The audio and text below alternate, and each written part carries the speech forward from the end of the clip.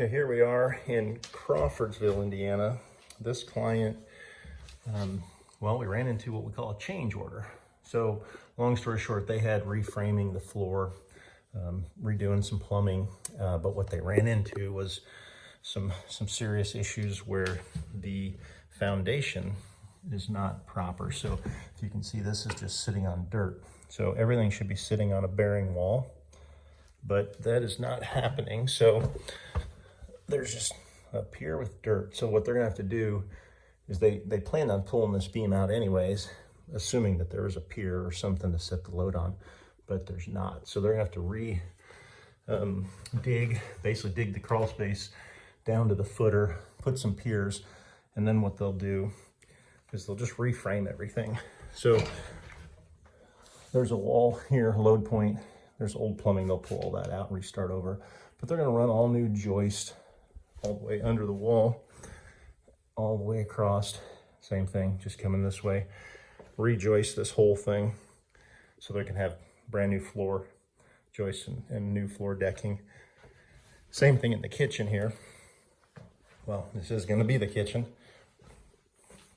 They're gonna replace all this old plumbing. I have to put a beam in here. I have to build a pier and a footer. Same thing here, some footers. And they'll probably put a support beam right here, and they'll run all their joists this way, okay? And they'll have to put a beam over here and tie into this existing footer. And then the new joist will go from this new beam, touching this new support beam, all the way to this existing wall. So what's gonna happen is they're gonna do a change order. So the contractor got us out here as the consultant to look at everything, come up with a game plan, and then they will basically reprice the change order. So they're gonna quote new piers, new plumbing, if it's not already in the bid.